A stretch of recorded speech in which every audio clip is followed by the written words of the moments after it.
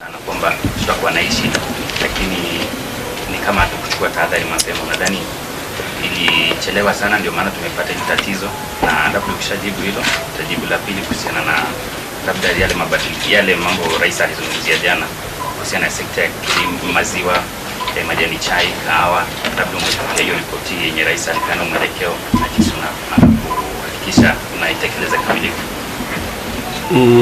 Sitaki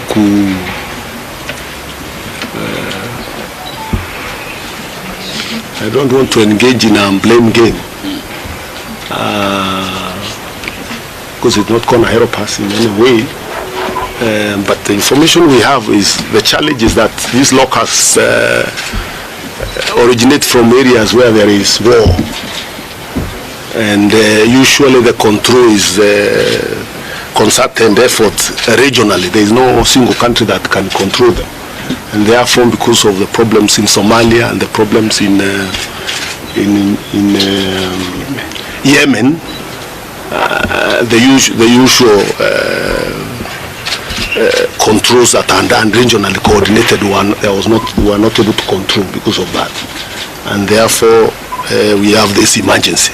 What we are doing is to make sure that the frontline counties, because they could still come. I mean, it's not like what the swamps that are there. We couldn't have other swamps coming from those places because there is nobody in charge in some of those war zones. So that's why increasing our capacity in the frontline counties to make sure that we are able to contain the situation. And we are told largely in the next, we have to be vigilant the next 4 months or so, and then we will be sure that there is no emergency ahead. So I think the most important thing is to look forward and sort out the problem instead of engaging in blame game in terms of who shares what blame. That's not for me to judge. Yes, but I think there has been quite some, looking at the report they have given me, the team here, they have done quite some work. The situation could have been worse. This team here has done a very good job, but you can see we have enhanced 4 aircrafts for surveillance, 4 aircrafts additional for spraying, additional teams for trained in the counties. So it's almost like doubling. You ask me, it's actually doubling, maybe even tripling the capacity, because it was largely private sector. Those farms that are in the aircraft spraying, we are now handing additional ones to do spray 4 additional ones, 4 additional surveillance aircrafts right away being deployed. You can be sure we will contain the situation. Yes, the other issues I would also probably go into them unless there is a question on this particular matter. Then we can go to answer his question on those other issues. Yes. Yes. And we're talking about containing the situation. Is it possible to completely stop the movement of these locusts, like you say in the next? When we are saying containing is simply because the swarms are there, you spray them, they die. You kill them.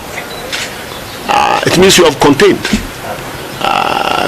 So like the 7 swarms were contained. It is technical language. It's basically spraying them and clearing them, and then they die. So 7 swarms were cleared. They are no longer there, not posing any menace. Of course, when they are dying, a few of them would go there. But when they are not in swarms, they are largely contained. It's nothing, that's what we are calling containing. 7 swarms contained, cleared in those areas.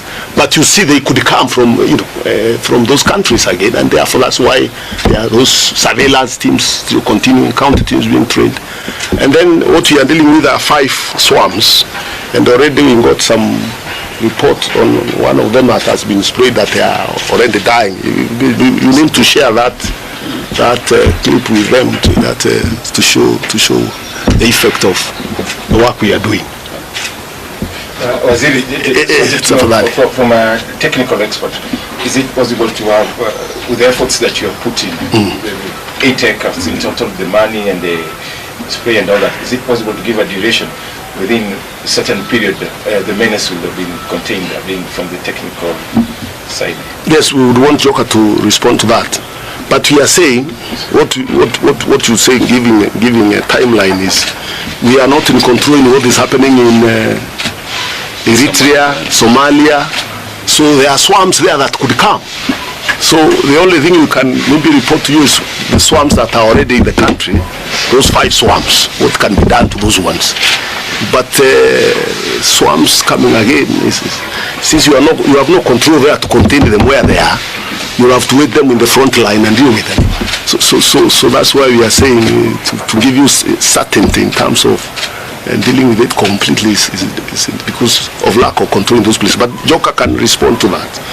Any other technical question that Joka can respond to? Do you have any concerted effort from neighboring countries where these locusts are coming from? Yes, we do. Yes, indeed. Even there is an aircraft that is on the way from Zambia. Because we are part of these organizations and resources and deployed regionally. There is an aircraft on the way which has been cleared. It's actually being cleared in Tanzania to cross over to join, to be part of the equipment that is helping us deal with the menace. The resources has also been given by FAO. Those are all regional, because these institutions, Kenyans are part of that. Kenya is part of that bilateral agreements on dealing with these regional challenges that are not country specific. But Joka would probably respond better in terms of the details. You can proceed, Joka, right away. Any other technical question you can ask him to add on to what we have said. Thank you, Minister, and welcome to the ministry, and congratulations, sir. As the Minister is saying, which is very well put, we are part of the global family. The locust invasion here is being handled by all of us in the region. For desert locust control, we are 9 countries. And I listed this the other day, from Djibouti, Eritrea, Ethiopia, Kenya, Somalia, South Sudan, Tanzania, and Uganda.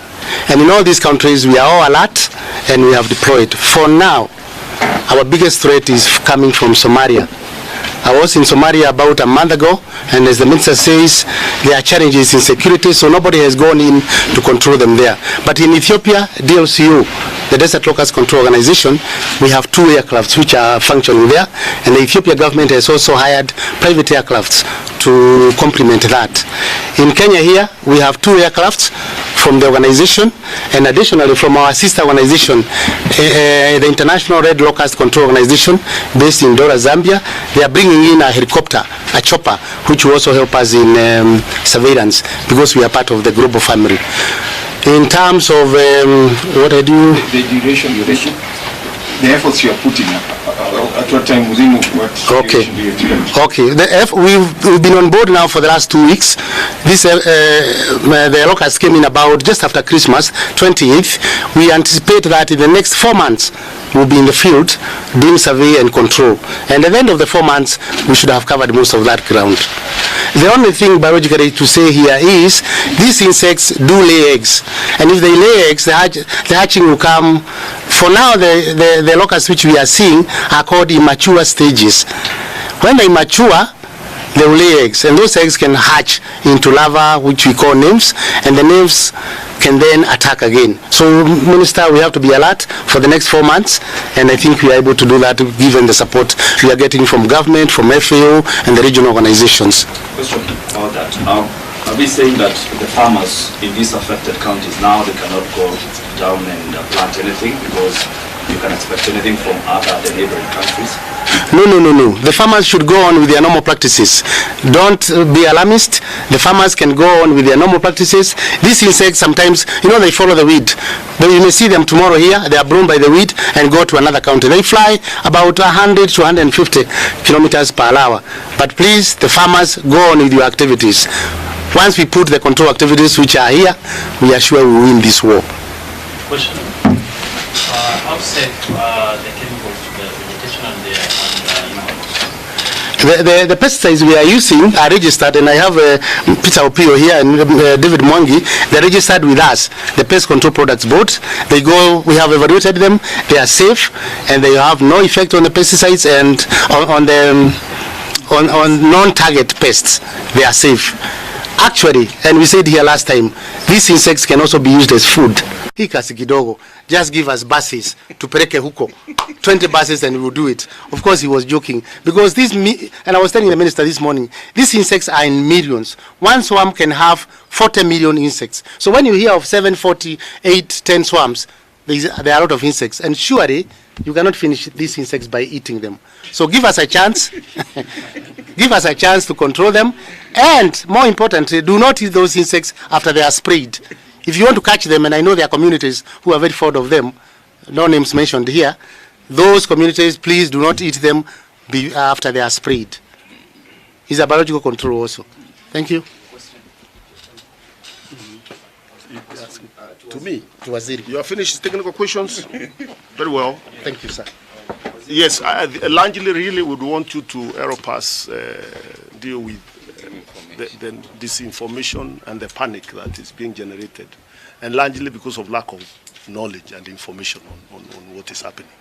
So if you can help us, we'll be very happy, because we can see also people taking pictures of grasshoppers and sending them and saying now locusts are here. You know, I mean, if they are in swarms, you can't have a few insects on one tree and say these are locusts. Unless they have been already demobilized and sprayed, and therefore they are dying, and a few of them are remaining there. So I think containing, helping us make people not to panic, farmers to continue with their farming activities as the government deals with the problem will really help the country settle down.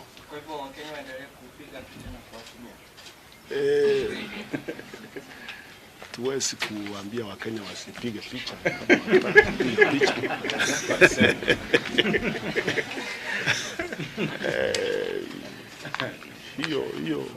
Kenyans are very robust and they are also very active. So, but we are telling you that scientific responses to the problem is being enhanced to deal with the situation. So but be confirming what insects they are. You know, you ask Kenyans to take pictures so that you confirm if they are truly locusts. And desert locusts. We have counted teams on the ground who can help us and who are helping. They are trained to help in you know, providing the information. Kenya stop taking pictures. No. We can't control. We can't control what Kenyans want to do.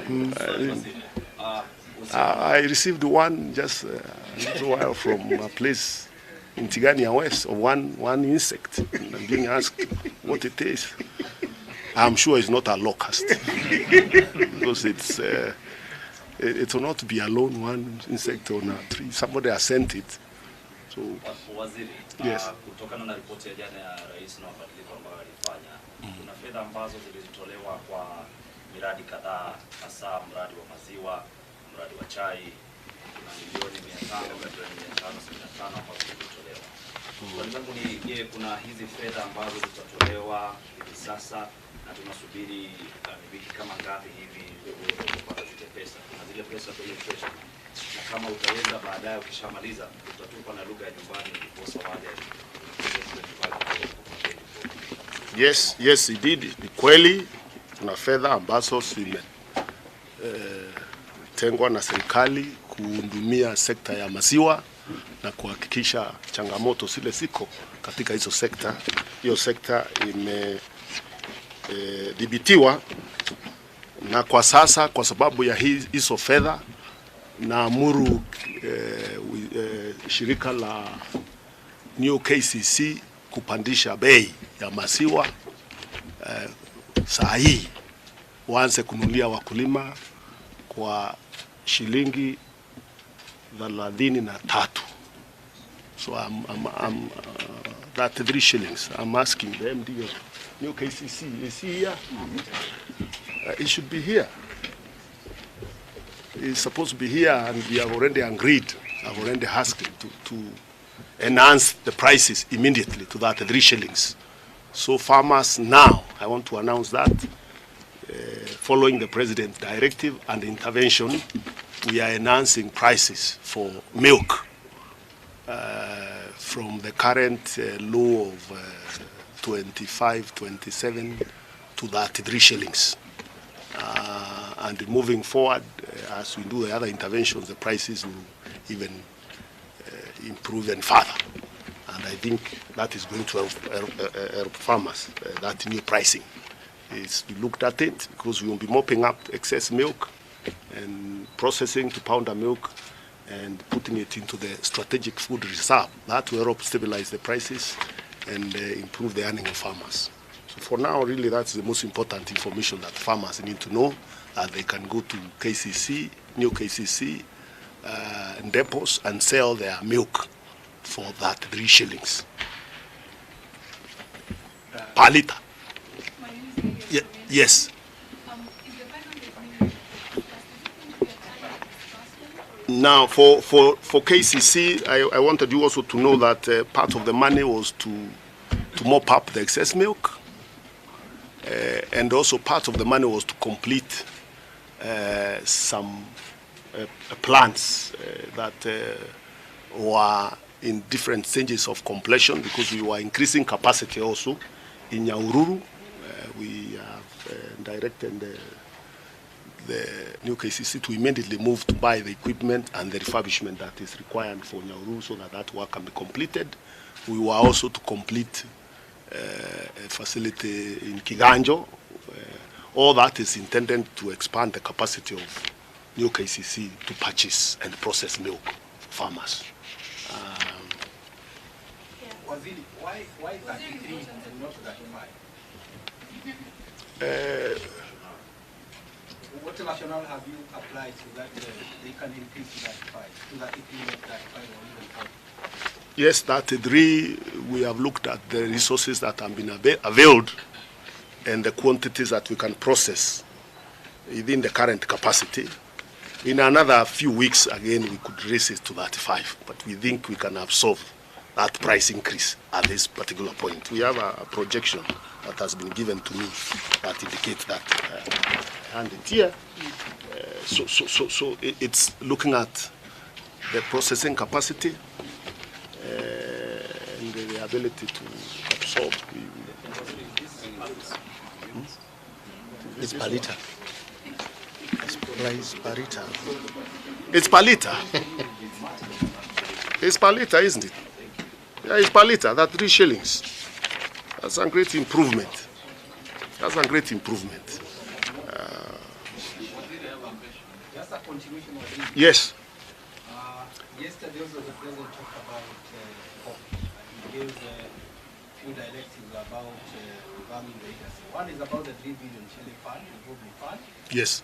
And also implementing the fine in all other recommendations of the tax force. Just share with us, what are your plans? Because already there is a new organization, new PCU, and there are regulations to administer the same fund, the 3 billion. Have you concluded the public participation? Have you started the public participation? So yes. Clarify to us, where are you, and what are you telling me? Yes, indeed, there is that new organization that is called New KPCU, which is a successor to the old KPCU that is under liquidation.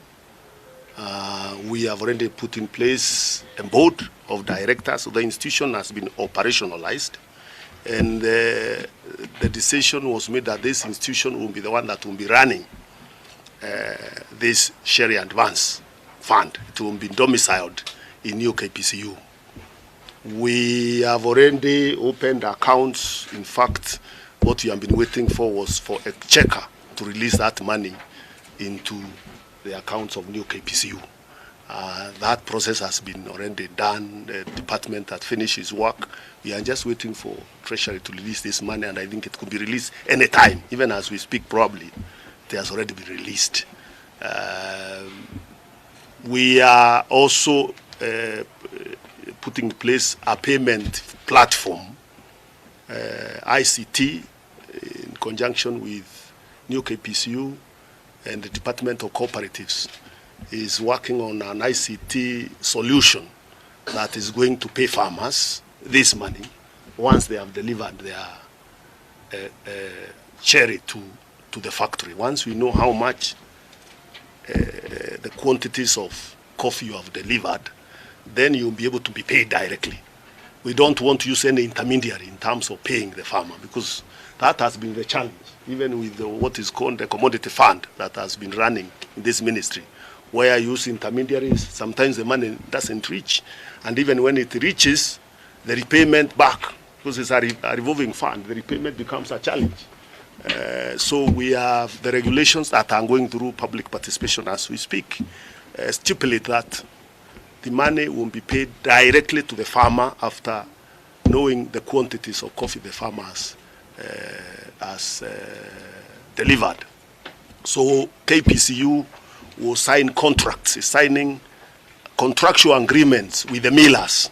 KPCU itself is a miller, so we are encouraging farmers, coffee farmers, to deliver their coffee to KPCU mills to make it easier to be paid this money. The KPCU has one of the biggest mills in Dandora, which I went to inspect the other day. It can process all the coffee in the country. It has the capacity to process all the coffee that is grown in the country. So we are asking farmers, deliver your coffee there. Then that coffee will be the collateral against which you are paid this money. However, even if you choose to deliver elsewhere, as long as the miller who takes your coffee, signed contract with KPCU, undertaking to deduct that money from your sale, the sale of the coffee, back to KPCU, then we have no problem. We will be able to still pay the farmer directly his coffee. So that data is being gathered, the data of the farmers, because even if before we wait for the coffee that is being delivered, if we can get the previous data, we can estimate quickly how much coffee which farmer delivers. That information is being, remember ICT when it was also doing crop census. Remember, it was being done. Part of the reason was to get this information. So that information is being fed into this new system. It's being gathered to be fed into this new system. Then we are able to pay the farmer. The farmer will be paid 40% of the value of the coffee, assessing the value from the prevailing market prices at the coffee auction, Nairobi coffee auction, or 20 shillings per kilo. That's what you'll be per kilo of cherry, not processed coffee. It's the cherry itself. So per kilo you get 20 shillings. So those are the modalities, and banks will also give an undertaking. Once the coffee is sold, the first charge on the money is repaying that money to KPC, new KPC. So because it's a revolving loan fund that we want to run, and it is only 3% interest. We want to avoid a situation where what is happening with a lot of coffee farmers is that millers enter into agreement with banks. Banks charge up to even 12% interest. Then they delay the repayment so that the period of interest continues. It increases. You know, you sell the coffee, but you don't pay the farmer immediately because you want to make more money from the farmer. That's how farmers are being fleeced in this country, and those are the things we want to control. So how does the cooperative society